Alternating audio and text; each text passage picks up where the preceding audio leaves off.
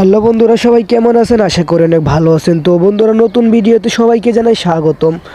তো গাইস, আজকের ভিডিওতে আমরা জানতে চলছি একজন টিকটকার থেকে কিভাবে জনপ্রিয় কণ্ঠশিল্পী হওয়ার পেছনের গল্প।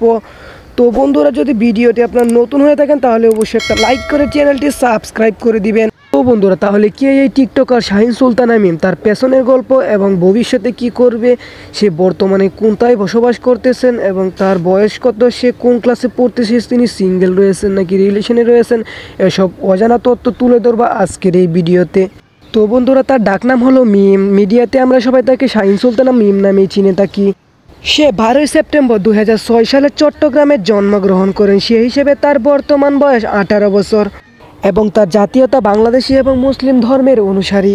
সে ছোটোবেলা থেকেই অভিনয় এবং গান গাইতে অনেক ভালোবাসত। তারপরে সে টিকটক বেছে নেয়। টিকটকে সে ভিডিও করা শুরু করে। তারপরে সে বাংলা 007 ইউটিউব চ্যানেলে গান করতে শুরু করে। তারপর তার কয়েকটা গান সুপার হিট চলতে থাকে। তারপরে সে রাতারাতি ভাইরাল হয়ে যায়। তার গাওয়া প্রথম গান হলো কত কিছু করলাম আমি তোরে ভালোবেসে।